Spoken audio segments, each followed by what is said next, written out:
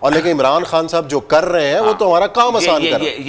یہی بات ہے. مسئلہ سارا یہی ہے. اس کے اندر دیکھیں بات سنیں, مسئلہ سارا یہ ہے کہ کوئی کلیئر سرٹیفکیٹ نہیں دیتا, کوئی انسٹیٹیوشن کسی کو کلیئر سرٹیفکیٹ, لیکن اس کے باوجود بھی کچھ لائن ڈرا کی جاتی ہیں کہ آپ اس لائن سے آگے نہ بڑھیں.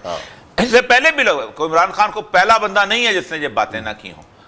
If I am assassinated Zulfiqar Ali Bhutto کی کتاب سے اٹھا کے لے کے اب تک نواز سے جس نے جو کیا, لیکن ہم موجودہ صورتحال میں بات کر رہے ہیں کہ عمران خان جس پاپولیرٹی کے لیول پہ کھڑے ہیں, اگر عمران خان کا ذرا سا فکرہ یوں سے یوں ہو گیا تو آج جو ایسے انہوں نے اپنی وضاحت کر دی ہے. لیکن وضاحت کیا کی کہ میں تو شہباز شریف کو کہہ رہا تھا, جو بھی ہے شہباز شریف سپاہ سالار تھوڑی, اس کی ایک وجہ ہے, آپ کہہ رہے ہیں اس کی جو بلائنڈ فالوئنگ ہے وہ مان لے گی, ختم, مانتی ہے.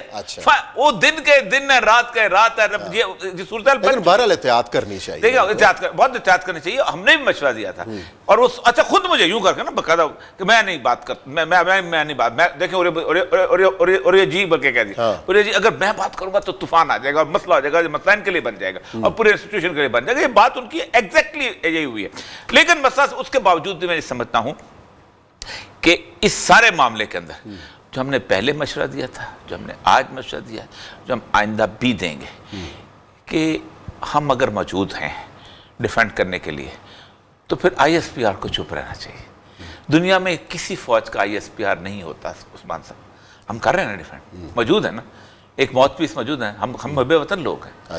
اس کے بعد ایسا کہ جب آپ میری جگہ پہ آپ آ جاتے ہو نا, تو عثمان صاحب میری جگہ تو اور 4 اور لوگ بھی آپ کو مقابلے میں, تو ایک محکمہ ہے, اس کا کام ہے نا سر, اس کا کام ہمیں کرنے دیں. دنیا میں اور لوگ کرتے ہیں, کسی جگہ ایک ترجمان ایک خاص وقت پہ جب ملٹری اسٹریٹجی کا مسئلہ آتا ہے وہ کہا جاتا ہے.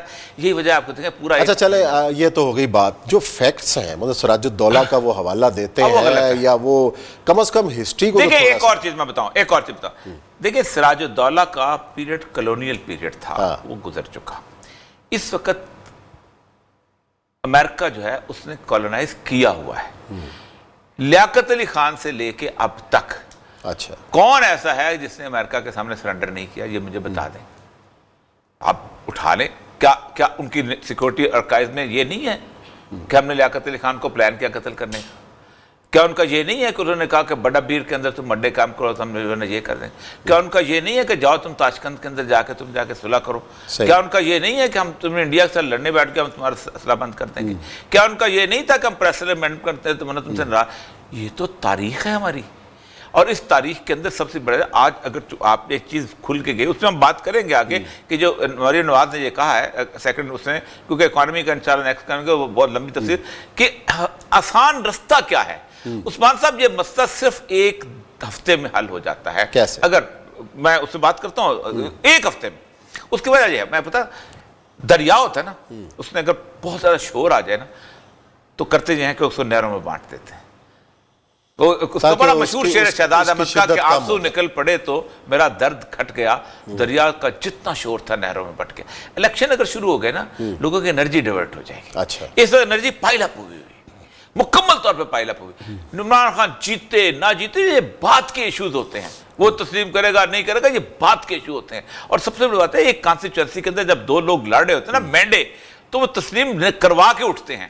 ایک اس کے علاوہ جو آپ کا سب سے بڑا ایشو ہے, اس کو جب تک آپ نے ریزالو نہ کروایا, دیکھیں یہ جو میمو گیٹ کا مریم اگر آپ وہ چلا دیں تو میں اس کے بعد تاکہ اگلے اس میں تبصرہ کریں, جو انہوں نے کہا ہے یہ بڑا اچھا فیصلہ ہے, اس پہ کمیشن کے قیام کا جو فیصلہ ہے, چلائیے گا. سنائیں جی ذرا مریم اورنگزیب صاحبہ نے کس طریقے سے وہ بات کی تھی. ہے سارٹ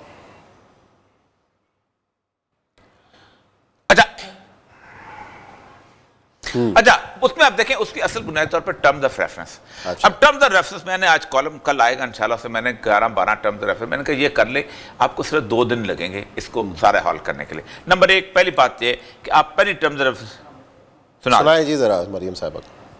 پاکستان نے یہ فیصلہ کیا کہ یہ جو تماشا لگایا ہوا ہے بیرونی ملک سازش کا, یہ جو الزام تراشی کی جا رہی ہے, یہ جو ملک کو صبح دوپہر شام الزامات لگائے جا رہے ہیں, اس کا انکوائری کمیشن بنانے کا فیصلہ کیا گیا ہے. اور وہ انکوائری کمیشن غیر جانبدار ہوگا. اپنی نالائکی نااہلی لوٹ مار 4 سال آپ یہ بیرون ملک سازش کا ڈھونگ رچا کے اس ڈیبیٹ کو شفٹ نہیں کرتے.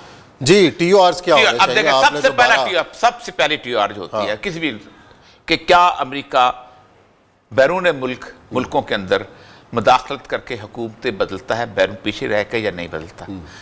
آپ کو صرف ایک کلک کرنا پڑے گا نیشنل سیکورٹی آرکائیوز میں, آپ کو پورا ڈیٹا مل جائے گا کہ کن کن ملکوں میں اس نے حکومتیں بدلی. نمبر 1 پہلا آپ کا بات سے پروو ہو جائے گا کہ امریکہ واقعی بدلتا ہے. ٹھیک ہے. اس کے بعد آپ کو باقی چیزیں مل جائیں گی.